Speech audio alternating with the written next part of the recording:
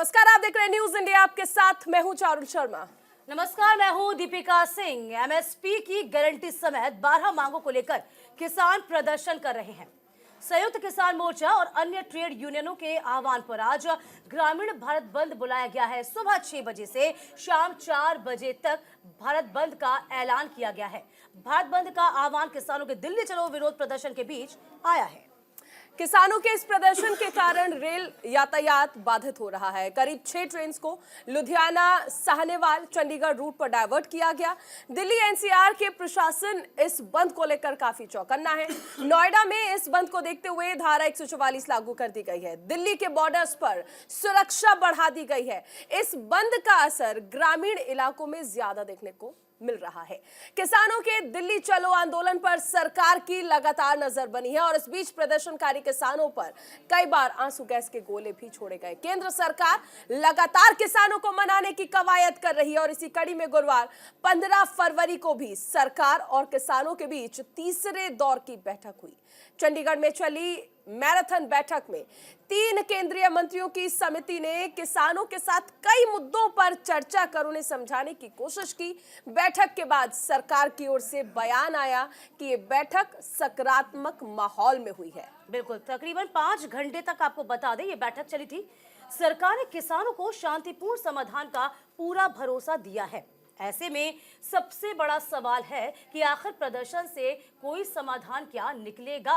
ये बड़ी खबर और बड़ी जानकारी देखिए। आज दिन भर न्यूज इंडिया इस पूरी खबर पर लगातार अपनी नजर बनाए हुए है। क्या भारत बंद से जो ऐलान किया गया है, क्या इससे समाधान निकलेगा?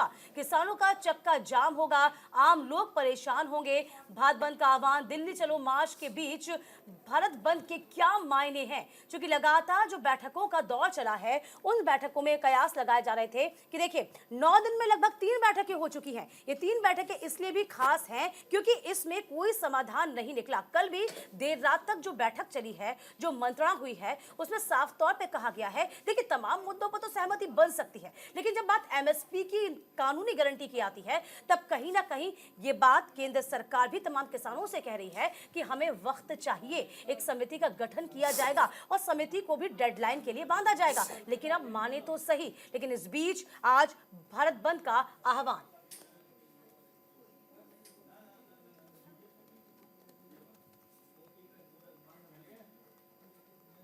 तो संयुक्त किसान मोर्चा के नेतृत्व में प्रदर्शन और केंद्र सरकार पर मांगों को लेकर दबाव बनाने की लगातार कोशिश की गई है।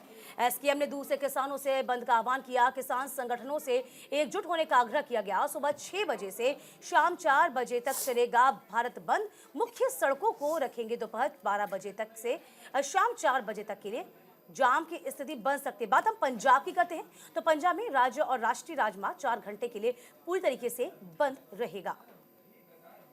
बिल्कुल, देखिए आज किसानों के द्वारा बंद बुलाया गया है। ग्रामीण भारत बंद इसे कहा जा रहा है। सुबह 6 बजे से शाम 4 बजे तक बंद का असर जो है वो देखने को मिलेगा। हालांकि किसानों ने यह भी स्पष्ट कर दिया है कि उनकी मांगे जरूर रखी जा रही हैं, लेकिन इस बीच जो आपात स्थिति है यानी आपातकालीन सेवाएं जो हैं वो इसी तरह से चलती रहेंगी। यानी मेडिकल शॉप्स जो है वो खुलेंगी, अस्पतालों में काम चलेगा, बैंक्स में काम चलेगा। लेकिन इस बंद से कितना असर होगा, क्योंकि जो 3 दौर की बैठक अब तक हो चुकी है, 3 दौर की जो बातचीत रही है उसमें कुछ खास निकलकर सामने नहीं आ पाया है। किसान और सरकार अभी भी आमने सामने है। जय जवान जय किसान वाले देश में किसान और सरकार आमने सामने है। बिल्कुल, देखिए तमाम मांगों को लेकर लगातार प्रदर्शन कर रहे हैं और इसी के साथ साथ देखिए आज न्यूज इंडिया तमाम मुद्दों पर विस्तार से चर्चा करेगा। पूरा पैनल हमारे साथ लगातार 2 घंटे तक मौजूद होगा, जो तफसील से इस पूरे आंदोलन के बारे में समझाएगा भी, बताएगा भी। सभी लोग हमारे साथ मौजूद होंगे। देखिए तारुफ करा देते हैं आपको।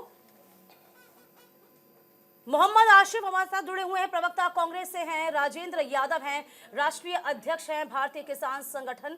और इसी के साथ चौधरी सबित मलिक, अध्यक्ष किसान यूनियन। विनय चौधरी भी कुछ ही देर बाद हमारे साथ जुटेंगे, बीजेपी के होंगे। अनिल गर्ग, राजनीतिक विश्लेषक। आप सभी का बहुत बहुत स्वागत है। तो सबसे पहले देखिए राजेंद्र यादव जी, आपसे पूछना चाहेंगे कि लगातार जो आज बैठकों का दौर चला, इसके बाद मीटिंग्स चली, कल भी देर रात तक मीटिंग हुई, उसके बाद भी भारत बंद का आह्वान।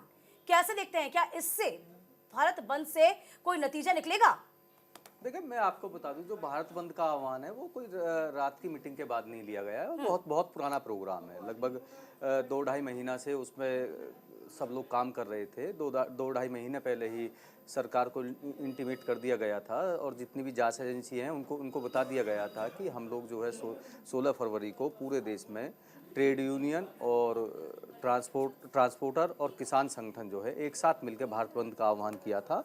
और ये कोई ये नहीं है कि कल की जो वार्ता है, वार्ता का एक दौर अलग है और ये जो बंद का जो आह्वान है वो बहुत पहले से हो चुका था, वो पहले से सुनिश्चित था। तो इसलिए आज का प्रोग्राम होना बहुत जरूरी था। जरूरी किस लिए था? हाँ, देखिए, मेरी बात सुनिए कि जब सरकार सुनती नहीं है तो आम आदमी को जो है सड़क पे उतरना पड़ता है। सड़क पे उतरने के बाद सरकार को पता ना ऐसा क्या चीज़ सामने आ जाती है कि सरकार हमसे वार्ता करने के लिए भी तैयार हो जाती है। उदाहरण देख लीजिएगा कि 3 महीने पहले से जो पंजाब के किसान संगठन हैं वो कह रहे थे कि भाई हम सरकार से वार्ता करना चाहते हैं। 2 साल पहले जो हम लोगों को उठा दिया गया था, 13 महीने के आंदोलन के बाद जो उठा दिया गया था दिल्ली के बॉर्डर से, सरकार ने कहा था कि हम आपकी सारी मांगों पर सहमति बन गई है, हम आपकी सारी मांगें पूरी कर देंगे। 2 साल तक इंतजार किया, उसके बाद भी सरकार की तरफ से कोई प्रस्ताव ही नहीं आया, कोई बात करने के लिए तैयार नहीं हुआ। फिर 3 महीने पहले जो है फिर एक लेटर लिखा गया कि हमसे या तो वार्ता कर लीजिएगा या नहीं फिर हम लोग दिल्ली की तरफ कूच करेंगे। सरकार फिर भी सुनने को तैयार नहीं हुई। जब किसान सड़कों पर उतर जाता है, जब देश के क्या कहते हैं केंद्रीय तो वही हम कह रहे हैं। देखिए, वार्ता बातचीत से तो समाधान निकलेगा ना, और बातचीत की सरकार तमाम हमेशा से तैयार है, है ना? मैं बता रहा हूँ, वहीं पर मैं जा रहा था कि आपने रोक दिया था कि सरकार किसानों से वार्ता जब करती है जब किसान सड़क पे आ जाता है, उससे पहले सरकार वार्ता करने को तैयार नहीं है। आज 3 मंत्री 4 मंत्री चंडीगढ़ जाके वार्ता कर रहे हैं, जब 3 महीने से किसान संगठन कह रहे थे कि भाई हम लोगों से वार्ता कर लो, लिखित में दे रखा है, एजेंसियों को बता रखा है हम लोगों ने, तो उसके बावजूद भी आप वार्ता नहीं कर रहे। जब हम सड़क पर आ गए हैं तब आप वार्ता करने के लिए आते हो। चौधरी साहब को भी ले आते हैं। चौधरी साहब, देखिए, आप तो कह रहे हैं कि ये जो भारत बंद का आह्वान किया गया है ना, ये अभी से नहीं है, ये लगभग 3 महीने पहले से ही हमने सोच लिया था कि भारत बंद रहेगा। लेकिन यहाँ पर जो चर्चाएं चल रही हैं, जो मीटिंग्स हो रही हैं, ये मीटिंग्स के नतीजे सिफर क्यों रह रहे हैं? क्योंकि यहाँ पर सिर्फ एक ही जगह पर जो हम समझ पा रहे हैं वो अड़े हुए हैं किसान, एमएसपी की कानूनी गारंटी। तो यही एक है, और तमाम चीजों पर तो सरकार सहमत हो भी रही है ना। चौधरी साहब। दीखा जी और चारू जी, सबसे पहले आपका धन्यवाद। मैं आपको बताना चाहता हूं कि किसान तो लगातार अपना आंदोलन 3 साल से चला रहा है। अब सरकार है उसको दरकिनार रखे हुए है, जब दाब पड़ती है तब ये सामने आ जाते हैं, नहीं तो ये अपना वोट की राजनीति करते रहते हैं। कभी किसी का विधायक तोड़ लिया, कभी किसी का सांसद तोड़ लिया, कभी कोई पार्टी का विलय कर लिया, लेकिन किसानों मुद्दे पर इनका कोई गंभीर रूप से नहीं है। अब जब 13 महीने आंदोलन चला तब इन्होंने घोषणा की थी कि हमने पराली पत्ती प्रदूषण वाला बिल वापस ले लिया, जिससे किसानों को बाहर कर दिया। तो इन्होंने कहा था कि बिजली अधिनियम 2020 भी हमने वापस ले लिया। आपको भी पता होगा, ये 7वें दौर की बातचीत में इन्होंने घोषणा की थी। वो दोनों कानून अभी भी लागू है।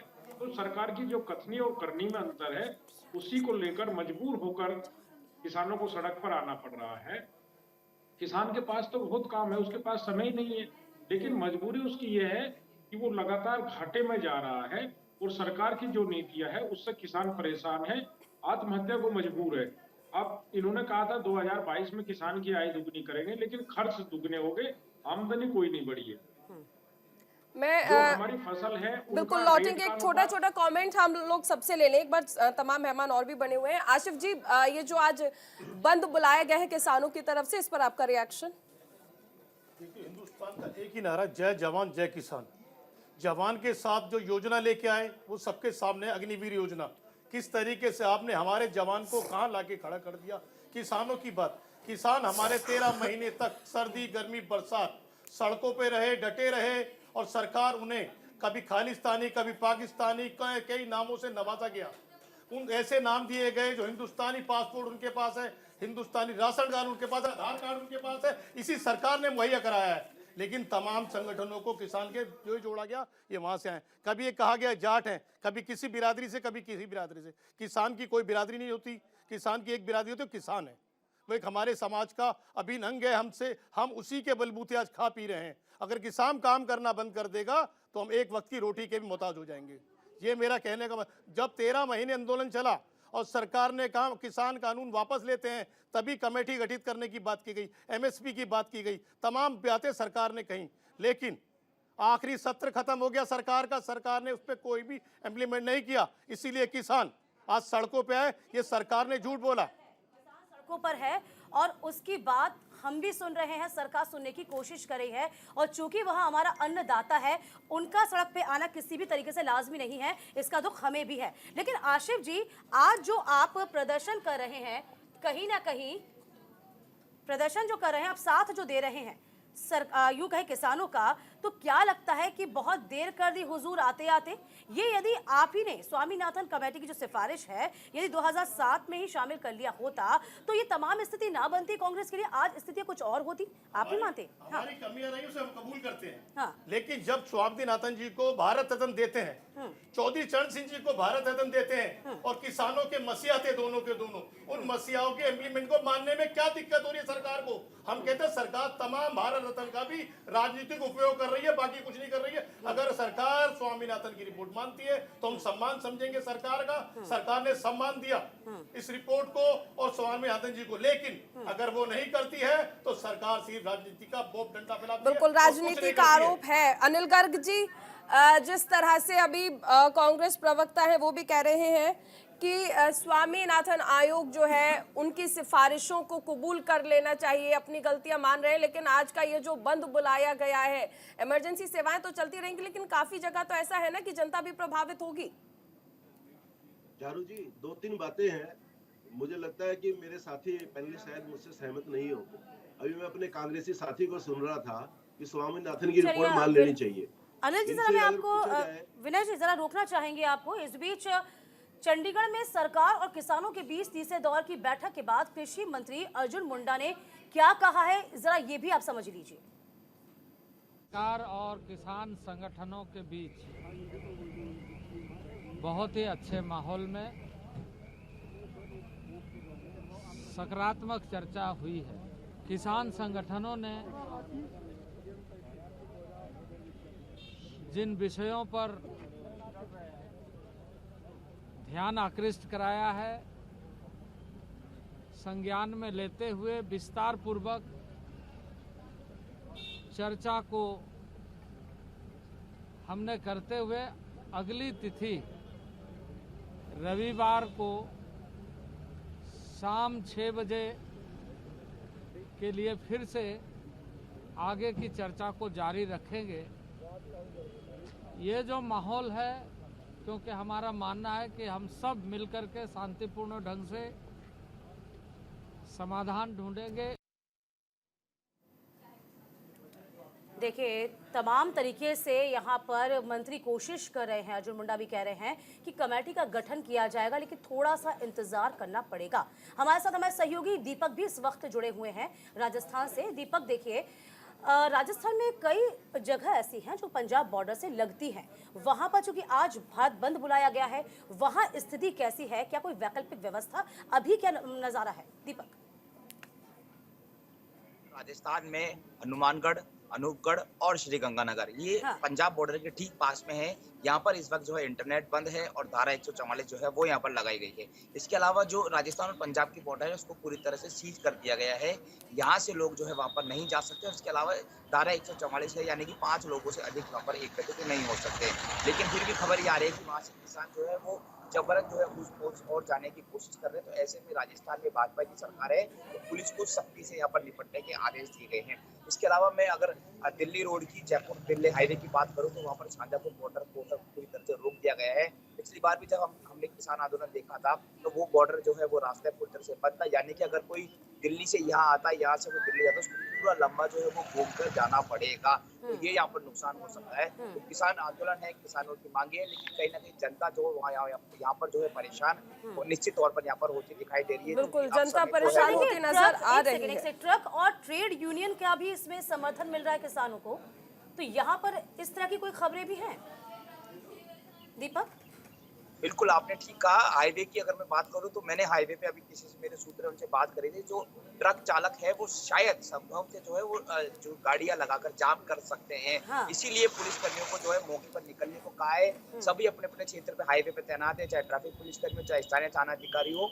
किसी भी तरह का जाम कोई नहीं लगा, इसके लिए पुलिस को निर्देश दिए गए हैं। तो मान के चल सकते हैं कि जो ट्रक यूनियन के जो लोग हैं वो भी आ सकते हैं। ट्रक भी काफी हद तक, पिकअप हो चाहे ट्रक हो, वो भी आज काफी हद तक जो है बंद है। यूं कहे कि आज जो है मंडियों में जो है फल सब्जी फ्रूट नहीं आए हैं, इसके अलावा सब्जियां नहीं आई हैं, और जो सप्लाई का काम जो ट्रक में होता है वो भी पूरी तरह से बंद है। तो कह सकते हो कि ये जब ये सब कुछ बंद होता है तो जनता को यहाँ पर भुगतना पड़ता है। आज का दिन है, अभी 10 बजने वाले हैं। कितने बाजार खुलते हैं कितने नहीं खुलते हैं वो 10 बजे बाद अपडेट आ जाएगी। मेरे हिसाब से शहर में तो जो है काफी लगभग जो है सब कुछ खुला रहेगा, लेकिन ग्रामीण क्षेत्र की बात करूं तो ग्रामीण क्षेत्र में जो इसका समर्थन मिल रहा है, जयपुर ग्रामीण, चाकसू, बस्ती, तुंगा, बिल्कुल, और इसीलिए से ग्रामीण भारत बंद कहा भी जा रहा है। शुक्रिया दीपक इस तमाम जानकारी के लिए। चर्चा में तमाम और मेहमान हमारे साथ बने हुए हैं। मैं राजेंद्र जी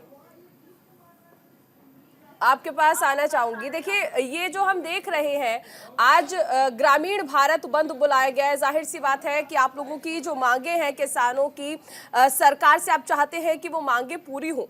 लेकिन जब हम बात करते हैं इस बंद की, तो इस बंद में हम ये भी देख रहे हैं कि अभी जिस तरह हमारे सहयोगी भी बता रहे थे कि सब्जियां नहीं आई हैं, फल नहीं आए हैं, इससे रोजमर्रा की जिंदगी जो है आम जनजीवन की, आम जनमानस की, वो भी तो प्रभावित हो रही है। देखिए, मैं आपको बताऊं कि ये 1 या 2 दिन का हो सकता है कि आम जनजीवन जो है थोड़ा सा अस्त व्यस्त हो जाए, लेकिन ये जो लड़ाई है, ये लड़ाई अकेले किसानों की नहीं है, ये देश के हर आम आदमी की है। क्योंकि आम आदमी आज महंगाई से जूझ रहा है, उसकी दिक्कतें हैं, सरकार सुन नहीं रही है उसकी। किसान अपनी समस्याओं से पीड़ित है, वो रोज़ तो वो भी सड़क पर उतर नहीं सकता है। हम लोगों ने 2 साल का इंतज़ार कर लिया, उस इंतज़ार का फल हमें क्या मिला? तो उस फल के लिए हम सरकार से बात करने के लिए आए हैं। अगर सरकार हमसे बहुत अच्छी तरीके से वार्ता कर ले, बीच बीच में हम लोगों से पूछ ले भाई तुम्हारा दुख दर्द क्या है, तो हम लोग सड़क पे ना आए, आम आदमी को कहते हैं हम परेशान ना करें। क्योंकि ये आम आदमी जो है ये भी तो हमारे घर परिवार से है, हमारी कोई मंशा ऐसी नहीं होती कि हम सब लोगों को परेशान करें। मैं आपको एक चीज़ इसी बीच में और बताता हूँ कि थोड़ा सा एक ढील देने की और कोशिश हम लोगों की तरफ से करी है, क्योंकि कुछ बच्चों के आज शायद पेपर हैं, तो उसकी वजह से भी हमने चाहा है कि 11 बजे के बाद से या 12 बजे के बाद से थोड़ा सा ज़्यादा जो शहरीकरण है उसमें बंद किया जाए। क्योंकि बच्चों के की परीक्षाएं हैं, उन परीक्षाओं को देखते हुए भी, क्योंकि वो बच्चे भी हमारे परिवार से हैं, उन बच्चों का दोष नहीं है कोई भी, उसके लिए भी थोड़ी सी हमने सहूलियत देने की बात करी थी। क्योंकि कल ही संयुक्त किसान मोर्चे की मीटिंग हुई थी, उसमें ये एक विषय रखा गया था कि स्कूली बच्चों को इस जाम से थोड़ा सा दूर रखा जाए। अगर बीच में कहीं मैं बता वही प्राइवेट वाले भी हड़ताल करें, कैसे दूर रखेंगे आप? मैं वही आ रहा हूँ कि अगर स्कूल के बच्चे या स्कूल की बस है कहीं जाम चलिए, अभी वक्त छोटे से ब्रेक का हुआ है, हम वापस लौटेंगे, चर्चा को आगे भी बढ़ाएंगे, जानने की कोशिश करेंगे कि वार्ता का दौर तो चल रहा है, लेकिन जो भारत बंद बुलाया गया है इसका असर भी तो पड़ेगा। इसका असर सीधे सीधे आम जनमानस पर पड़ रहा है, बच्चों पर पड़ रहा है। फिलहाल वक्त है छोटे से ब्रेक का। तो ब्रेक के बाद स्वागत है आपका। चर्चा लगातार जारी है। किसानों के द्वारा आज भारत बंद बुलाया गया है। सुबह 6 बजे से 4 बजे तक ये बंद बुलाया गया है। हालांकि किसानों ने ये जरूर कहा है कि जो भी इमरजेंसी सेवाएं हैं वो इसी तरह से जारी रहेंगी, यानी उसमें किसी तरह की कोई दखल नहीं दी जाएगी। तमाम मेहमान हमारे साथ बने हुए हैं। विनय चौधरी जी, प्रवक्ता बीजेपी के, वो भी हमारे साथ जुड़ गए हैं। उनसे सबसे पहले मैं सवाल लेना चाहूंगी। विनय जी, देखिए, ऐसा क्यों हो रहा है कि लगातार किसान बातचीत तो कर रही है, लेकिन उसके बावजूद किसान और सरकारों के बीच जो बातचीत है वो बेनतीजा रह रही है? बिल्कुल, देखिए, मैं एक बात से शुरुआत करना चाहूंगा कि तमाम चेहरों पर खौफ जारी है और एक चिराग अंधेरों पर कितना भारी है। आप समझ सकते हैं, ये मोदी जी की बढ़ती हुई लोकप्रियता है। जो मोदी जी का ग्राफ दिनों दिन बढ़ रहा है, इससे विपक्ष को पीड़ा हो रही है, विपक्ष के पेट में दर्द हो रहा है। उनको समझ नहीं आ रहा कि इस देश के नेता को कैसे रोका जाए, कैसे इसकी जीत को रोका जाए, कैसे इसकी जनता के प्यार को रोका जाए। वो विपक्ष को समझ नहीं आ रहा, इसलिए विपक्ष बैठ के कहीं ना कहीं इस तरह के प्रोपेगेंडा अपनाता है। आज किसानों की आड़ में, जो कि किसान हमारे लिए सम्माननीय है, हमेशा से किसानों का सम्मान करने का भारतीय जनता पार्टी ने काम किया है, आज की मौजूदा सरकार ने किया है, उसके बावजूद भी किसानों की आड़ में कुछ इस तरह के लोग बैठे हुए हैं जो कि विनय जी, देखिए, आप ये कह रहे हैं कि तमाम जो विपक्ष आरोप लगा रहा है, विपक्ष का काम है आरोप लगाना।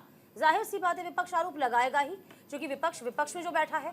ठीक है, इसके अलावा अब आप जरा देखिए, सड़कों पर कौन उतरा हुआ है? अन्नदाता उतरा हुआ है। मैं वहीं सड़कों आ पर। रहा हूं, मैं हाँ। आपकी बात पे ही आ रहा हूं हाँ। कि किसानों की आड़ में कुछ इस तरह के लोग हैं जो कि 1.5-2 साल पहले अपने संगठन बना के बैठे हैं और आज सरकार के साथ में वार्तालाप करने की बात करते हैं। मना नहीं किया सरकार ने, हमेशा से 2022 के अंदर भी देखा आपने, 19 के अंदर भी देखा या उससे पहले भी देखा। जब जब किसानों ने प्रदर्शन करने का काम किया है, सरकार ने उनके लिए स्वागत करने का काम किया है। सरकार ने हमेशा कही है कि आप बातचीत के लिए खुला मंच है, आप अपने एक प्रतिनिधि मंडल के साथ आइए और सरकार बातचीत करेगी। और इससे पहले आपने देखा होगा, जब किसान कानून बिल लाया गया तब विपक्ष हमेशा से काले कानून बोलता था। उस कानून को, उसको भी वापस लेने का काम प्रधानमंत्री मोदी जी हम इस बीच एक बड़ी खबर अपने तमाम दर्शकों तक पहुंचा देते हैं। बड़ी खबर इस वक्त किसान आंदोलन से जुड़ी हुई है। इस वक्त की बड़ी खबर जिसमें आपको बता दें, बड़ी खबर, किसान आंदोलन की वजह से इंटरनेट पर रोक लगा दी गई है। 17 फरवरी तक हरियाणा में इंटरनेट सेवा बंद रहेंगी। अंबाला, कुरुक्षेत्र, जींद में इंटरनेट सेवा पर रोक लगा दी गई है। बिल्कुल, देखिए बड़ी खबर आपको बताई जा रही है। हरियाणा में कुछ जिलों में फिलहाल इंटरनेट पर रोक लगा दी गई है। 17 फरवरी यानी कल तक हरियाणा में इंटरनेट सेवाएं जो हैं वो बंद रहेंगी। अंबाला, कुरुक्षेत्र और जींद में इंटरनेट सेवाओं पर रोक लगा दी गई है ताकि किसी भी तरह की कोई भी भ्रामक जानकारी जो है वो ना फैलाई जाए और किसान जो अपना आंदोलन कर रहे हैं, अपनी मांगों को लेकर जो सड़कों पर उतरे हुए हैं, उसका कोई फायदा ना उठाया जाए। बिल्कुल, देखिए तमाम खास खबरों से भी हम आपको रूबरू कराएंगे, बड़ी खबरें भी बताएंगे। इस बीच एक बड़ा पैनल भी हमारे साथ लगातार बना हुआ है जो इस बात पे चर्चा कर रहा है कि आज बंद का आह्वान किया गया है। तमाम मांगों को मनाने की जिद में इस वक्त किसान अड़े हुए हैं। कहा जा रहा है 378 दिनों तक जो आंदोलन चला था, क्या एक बार फिर से उसकी सुगबुगाहट है? राजेंद्र जी, आपने सुना होगा किस तरीके से लगातार विनय जी भी कह रहे हैं कि ये प्रोपेगेंडा कहीं ना कहीं कांग्रेस का है, विपक्ष का है, जो लगातार किसानों को साथ देने की बजाय उनको बरगला रही है, साथ देते हुए भी। क्या माने में से? देखिए, मैं आपको बताऊं कि देश के किसान का दुर्भाग्य है कि अगर हम लोग सत्ता पक्ष की बात सुन लेते हैं, उसकी बात मान जाते हैं, सहमति बना लेते हैं, तो विपक्ष कहता है जिस किसानों को बरगला लिया गया है, बहका लिया गया है और हम अपने अधिकार के लिए चलेंगे सरकार से बात करने के लिए, तो सत्ता पक्ष कहता है कि भाई ये तो बरगलाए हुए हैं, ये तो उत्प्रेरित है, किसी राजनीतिक पार्टी ने इन लोगों को बहका लिया है या कुछ किसानों की भेष में कुछ राजनीतिक दल के लोग हैं जिन्होंने नया संगठन, जैसे हमारे अभी साथी ने कहा था भाई 1-2 साल पहले संगठन रजिस्टर्ड करा लिए। संगठन, आवश्यकता आविष्कार की जननी होती है। जब जिस चीज़ की जरूरत पड़ती है तो आवश्यकता पड़ती है तो वो चीज़ पैदा हो जाती है, उसमें कौन सी बात है। आप लोगों ने भी तो अभी एक नई पार्टी के साथ गठबंधन किया था, बिल्कुल पार्टी बनाई और चुनाव लड़ा दिया, तो उसमें कौन सी बात हो गई। तीसरी बात यह है कि जब भारत देश के किसान जो हैं 13 महीना का आंदोलन करके और माननीय प्रधानमंत्री जी की बात पर भरोसा करके इस दिल्ली के बॉर्डर से चला गया था, तो उस समय कांग्रेस ने भी यही कहा था कि भाई ये तो बहका लिए गए हैं, और फिर 2 साल का लंबा समय का इंतजार करने के बाद हम लोग वापस आने की बात कर रहे हैं। वो भी ऐसे नहीं कि हम लोग अचानक से आ रहे हैं। सरकार को पहले कहा है 3 महीने पहले कि भाई या तो हमसे वार्ता कर लो। आपने 3 महीने पहले तो कहा कि भारत बंद होगा, लेकिन जरा ये भी तो बता दीजिए कि यहाँ पर दिल्ली चलो क्यों शुरू कर दिया? फिर यदि भारत बंद ही करना था 2 दिन 3 दिन पहले, दिल्ली चलो कूच क्यों करा? वही मैं आपसे बता रहा हूँ कि दिल्ली चलो वाला आंदोलन एक पंजाब से चल रहा था, वो भी 3 महीने पहले से चल रहा था। ये आज का भी यही चल रहा है कि वो पंजाब वाले भी ये नहीं चाह रहे थे कि हम दिल्ली जाएंगे, वो तो वार्ता करना चाह रहे थे, सरकार वार्ता नहीं करनी चाह रही थी तो वो घर से निकल गए। सबकी एक ही थी ना, मांगे तो सबकी एक है, तो उसमें कौन सी बात है। लेकिन और भी हमारे साथ गेस्ट है सवित जी। आंदोलन अपनी जगह है और किसानों के साथ साथ देखिए पूरे देश को हमारा संविधान अधिकार देता है कि आप अपनी बातें रखें, लेकिन जब इसी आंदोलन में देखिए कल राकेश टिकैत ने भी कहा कि जो पत्थर बरसा रहे हैं वो किसान नहीं हो सकते हैं। कुछ लोग जो इस आंदोलन का फायदा उठा रहे हैं, पत्थर बरसा रहे हैं, और ऐसे में ही इस आंदोलन में अगर कुछ किसान होते हैं या वो अराजक तत्व है वो ही जाने, जब वो कहते हैं कि हमें खालिस्तान बनाना है, जब ऐसी मांगे उठेंगी तो फिर बदनाम तो किसान ही होगा ना। क्यों इजाजत मिल रही है ऐसे लोगों को आपके आंदोलन का फायदा उठाने की?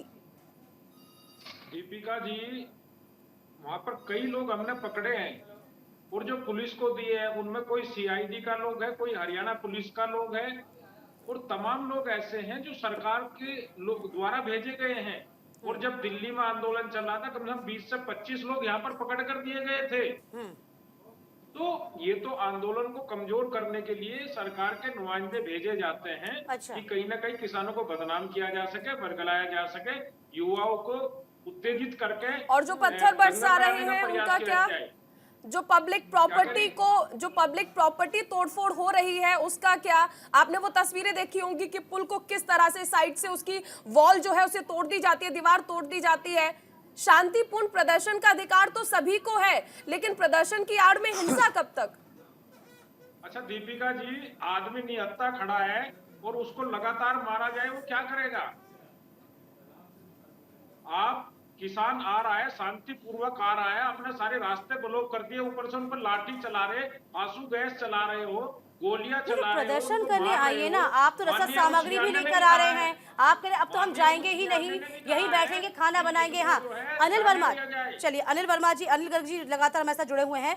अनिल गर्ग जी, हाँ आप कुछ कहना चाह रहे हैं, पहले आप अपनी बात कहिए। दीपिका जी, मैं पिछली बार अपनी बात कर रहा था तो ब्रेक आ गया था। हाँ बोलिए। लेकिन अभी मैं अपने सब साथियों को सुन रहा हूँ, मुझे 2-3 बातें कहनी है। मैं अभी अपने कांग्रेस साथी को सुन रहा था कि स्वामीनाथन की रिपोर्ट लागू करनी चाहिए। इनसे पूछे स्वामीनाथन की रिपोर्ट आई कब थी?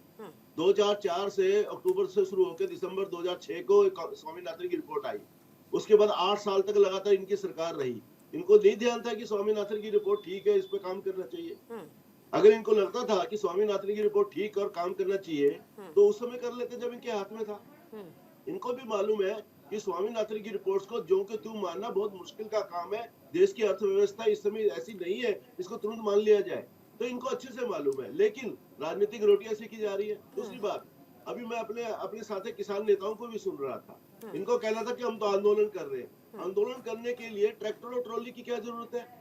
आंदोलन वार्ता करने के लिए हजारों लोगों की क्या जरूरत है? पिछली बार भी 13 महीने तक दिल्ली को बंधक बनाए रखा। इससे ये समस्या का समाधान है क्या? और किस तरह से हम वही कह रहे हैं ना अनिल जी, मेरा कहना है किसानों की समस्या एक जगह है। हाँ, लेकिन उसको चक्का जाम करना और इससे आम जनता परेशान हो, इसे कतई बर्दाश्त नहीं किया जाएगा। अनिल जी जरा एक ये भी, हाँ एक बात और है मेरे जहन में, हाँ एक बात और है मेरे जहन में, जरा इसे भी स्पष्ट कीजिए। ऐसा लगता है कि फौरी तौर पर तो ये माना जाता है, ये देखा जाता है कि सब कुछ तो सरकार के हाथों में है ना? हाँ, सब कुछ सरकार के हाथों में है। सरकार चाहे तो तुरंत ही एमएसपी पर कानूनी गारंटी लिया लागू कर दे। लेकिन जरा ये भी बताइए, विशेषज्ञों का एक धड़ा ये भी तो सोचता है कि यदि मान लीजिए एमएसपी पर आप कानूनी गारंटी लेकर आ जाते हैं, कानूनी अमली जामा पहना देते हैं, तो जो किसान है वो एमएसपी से जुड़ी हुई फसलों को ज्यादा उगाएगा। तमाम जो गैर एमएसपी की फसलें हैं उनको यहाँ पर नजरअंदाज कर दिया जाएगा। तो ये भी एक प्रमुख वजह आ जाती है ना दीपिका जी। हाँ। सवाल एमएसपी का नहीं है। एमएसपी तो अभी भी 22 से ज्यादा फसलों पे दी जाती है। हाँ। सवाल है एमएसपी किस चीज पे तय होती है उसके ऊपर है। हाँ। सीएसीपी की एक रिपोर्ट होती है, उसके आधार पे एमएसपी क्या होती है। लेकिन जो स्वामीनाथन की रिपोर्ट है उसके हिसाब से एमएसपी थोड़ी ज्यादा तय होगी। लेकिन देश की अर्थव्यवस्था को देखना पड़ेगा। अगर जो की तो स्वामीनाथन की रिपोर्ट मान ली जाए, 10 लाख करोड़ रुपए अलग से अर्थव्यवस्था पे बोझ पड़ेगा। क्या देश इस बोझ को सहने को तैयार है? अभी मैं अपने किसान भाइयों को सुन रहा था, इनका कहना था कल को हम अनु वाला बंद कर दे, देश भूखा मर जाएगा। ऐसे तो कोई भी अगर काम करने वाला कहे कि मैं काम करना बंद कर दूं, देश खत्म हो जाएगा। इंडस्ट्री वाले इंडस्ट्री बंद कर दे, काम ठप हो जाएगा। अपने जो सरकारी नौकरी करने वाले अनिल जी, लेकिन फिर भी एक बीच का रास्ता तो सरकार को निकालना पड़ेगा ना। देखिए अनिल जी, नहीं अनिल जी देखिए, तरीका बात, अनिल जी तरीका तो तरीके पे बात हो ही रही है। किसान देखिए, किसानों को भी शौक नहीं है कि वो सड़कों पर आए, चक्का जाम करे, अपने तमाम काम छोड़े और सड़कों पर यूं ही पड़ा रहे, जो कि 378 दिनों तक पड़ा रहा था। ये सरकार को बीच का रास्ता निकालना पड़ेगा। लेकिन यहाँ पर क्या लगता है चौधरी साहब आपको, वो बीच का रास्ता निकल नहीं पा रहा? एमएसपी पर लेकर ही क्यों आप अड़े हुए हैं? और तमाम मांगे तो सरकार मान रही है ना। देखिए, हमेशा से सरकार ने, मैंने पहले भी बताया आपको, सरकार ने किसानों के हर फैसले का स्वागत किया है, लेकिन इनको धैर्य रखने की जरूरत है। सरकार ने अभी 2022 के अंदर भी कहा था कि एमएसपी पे भी हम लोग चिंता करेंगे, इस पे भी बात रखेंगे अपनी। लेकिन क्या होता है, कोई भी नियम लागू करने के लिए राज्य सरकारों से भी बात करनी पड़ती है, जमीनी स्तर तक भी बात करनी पड़ती है, उसके लिए धैर्य रखना पड़ता है। तो आप धैर्य रखिए। आपको, मुझे एक बात पूछना चाहता हूं मैं आपसे, आपको चुनावों से पहले ये सब चीजें क्यों याद आती है? कहां से बात आ गई? चुनावों से पहले क्यों बात करते याद आती है? आप क्यों किसान आंदोलन आपको सिर्फ रोड पे जनमानस को परेशान कर नहीं आता है? चुनाव में जंतर मंतर के लिए अलग से जगह दी गई है धरना प्रदर्शन करने के लिए, आप वहां जाइए। आप अपनी कहाँ जगह फॉर्मूला चला गया सुनिश्चित वो? कीजिए, नहीं, वहां नहीं, जाके धरना बताइए- प्रदर्शन बताइएगा कीजिए। मेरी बात। आप हमेशा राजेंद्र जी एक बार सुन लेते हैं, राजेंद्र जी एक अगर बार आप ये समझिए नहीं, नहीं, कि मेरी आप बात जिस सुनो। तरीके से सिद्धांत तो यहाँ बात पे करिएगा, जो ये बात रोडों पे बात धरना बात प्रदर्शन करिएगा, करने ऐसे बैठ नहीं जाते मेरी बात हैं, सुनिए। इनकी वजह से हवा में आम कोई बात जनमानस नहीं को होंगी। कितनी दुविधा होती है। मैं- अगर राजेंद्र एम्बुलेंस जी, बीच में राजेंद्र फंस जाती जी, है, एक मिनट, हमारे राजेंद्र लोगों जी, के काम राजेंद्र करना जी, होता है। राजेंद्र आप लोग वो जी, चिंता एक नहीं सेकंड। करना चाहते। लेकिन विनय जी आप कह रहे हैं कि सड़कों पर धरना प्रदर्शन करने बैठ जाते हैं, लेकिन ये भी तो देश के ही नागरिक हैं, ये अपनी मांगों को सर, लेकर बिल्कुल- कहां जाए? मैडम बिल्कुल हम लोग कहते हैं देश के नागरिक हैं और किसानों का हमेशा सम्मान करने का काम भारतीय जनता पार्टी ने किया है। आज की मौजूदा सरकार ने किया है, किसी ने चिंता नहीं की थी। 6,000 रुपए प्रति वर्ष किसान के खाते में डालने का काम मोदी सरकार ने किया। इसके अलावा किसानों को सब्सिडी देने का काम किया, यूरिया पे सब्सिडी देने का काम किया, और आज भी जो किसान सम्मान निधि है उसको बढ़ा के 9 से 12,000 करने का काम किया गया है। इससे पहले किसी भी सरकार ने ये कभी नहीं सोचा था। लेकिन किसानों के हित में अगर बात करते हैं तो उनको पीड़ा होती है। मैं विनय जी की बातों का जवाब दे दूं। हाँ 50 किलो का खाद का पैकेट आता था, 50 किलो का, वो 40 किलो का कर दिया। सर एक समय ऐसा भी था किसान खाद के लिए गोली चल जाया करती थी गांव के अंदर, आपने देखे होंगे, मर्डर हो गए थे कई जगह, आपने न्यूज उठा के देख लेना।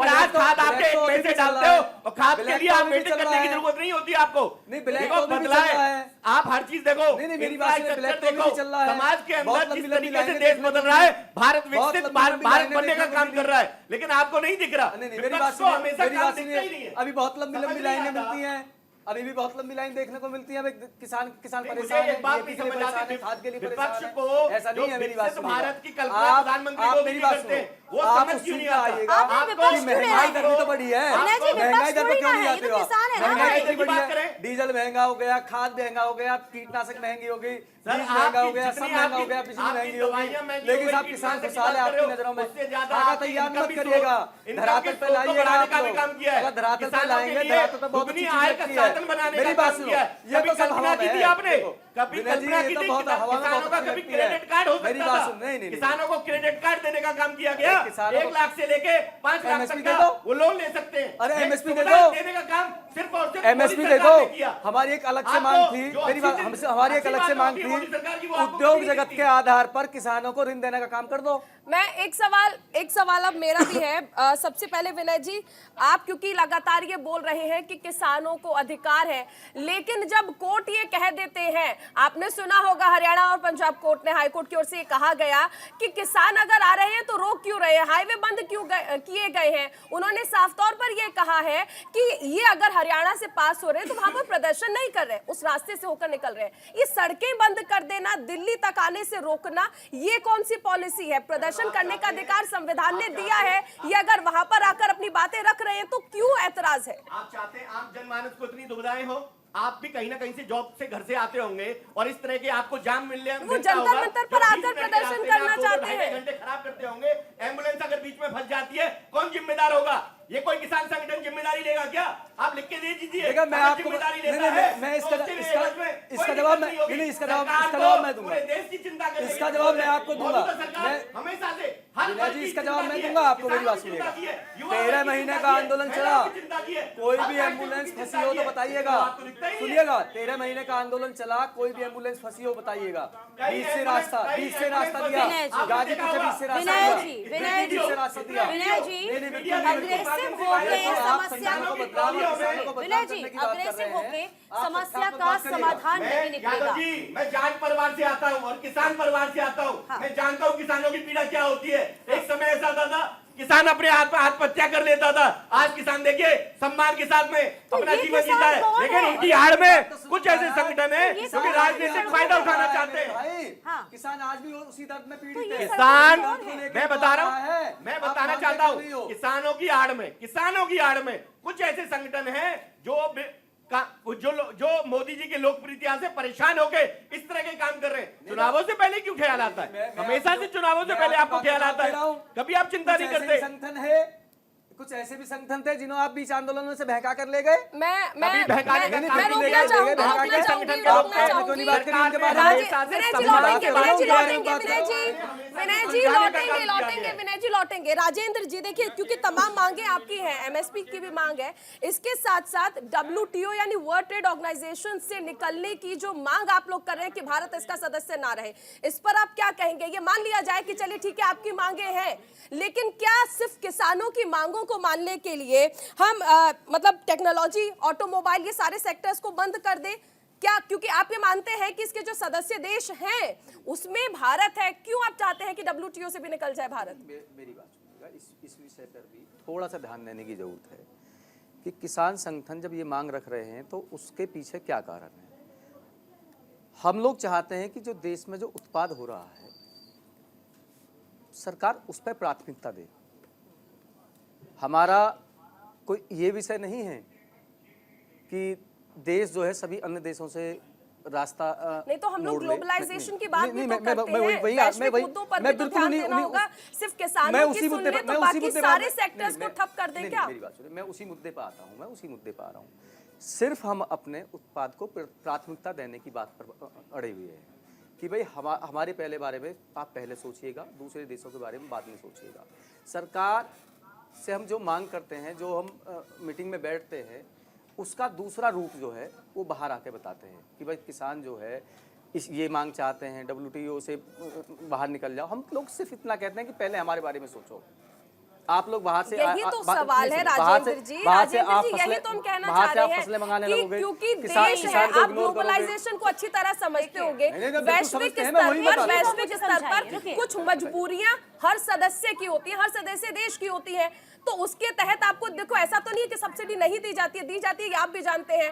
लेकिन जब सब्सिडी दी ही जा रही है उस हिसाब से आप ये भी तो देखिए कि सिर्फ किसानों को अगर सोच ले, क्या देश का किसान ये चाहता है कि सिर्फ उसके बारे में सोचा जाए, बाकी सारे सेक्टर्स को ठप कर दिया जाए, ऑटोमोबाइल्स को, मोबाइल्स को, टेक्नोलॉजी को, जेम्स एंड ज्वेल्स को सब ठप कर दे, सिर्फ और सिर्फ किसानों के बारे में सोचे? मैं ये बड़ी अच्छी बात आपने चलिए मैं आपको बताता हूँ। एक मिनट का मैं समय लेना चाहूंगा। अभी आपके पास आएंगे वापस, वक्त छोटे से ब्रेक का हो गया है, हम फौरन लौटेंगे।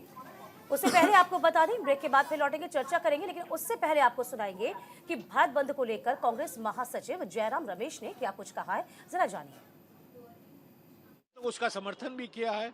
हमारे महासचिव संगठन ने सभी PCC को खत भी लिखा है, संदेशा भी भेजा है कि हमें इसका समर्थन करना चाहिए। किस तरीके से मोदी सरकार किसानों के साथ व्यवहार कर रही है, ऊपर से आंसू गैस, ड्रोन के माध्यम से आंसू गैस फेंका जा रहा है, कील लगाए गए हैं। ऐसा लग रहा है कि आप जंग में हैं किसानों के साथ और किसान संगठनों के साथ, और दिल्ली में अंदर आने से उनको रोका गया है। तो ये बड़ी अफसोस की बात है। और मैं बार बार कहता हूँ, मोदी सरकार की विशेषता ये है, चंदादाताओं को सम्मान और अन्नदाताओं का मान। तो जयराम रमेश को आपने सुना, चर्चा भी इसी तरह से जारी रहेगी। एक छोटे से ब्रेक के लिए रुकेंगे, आप बने रहिए न्यूज़ इंडिया के साथ।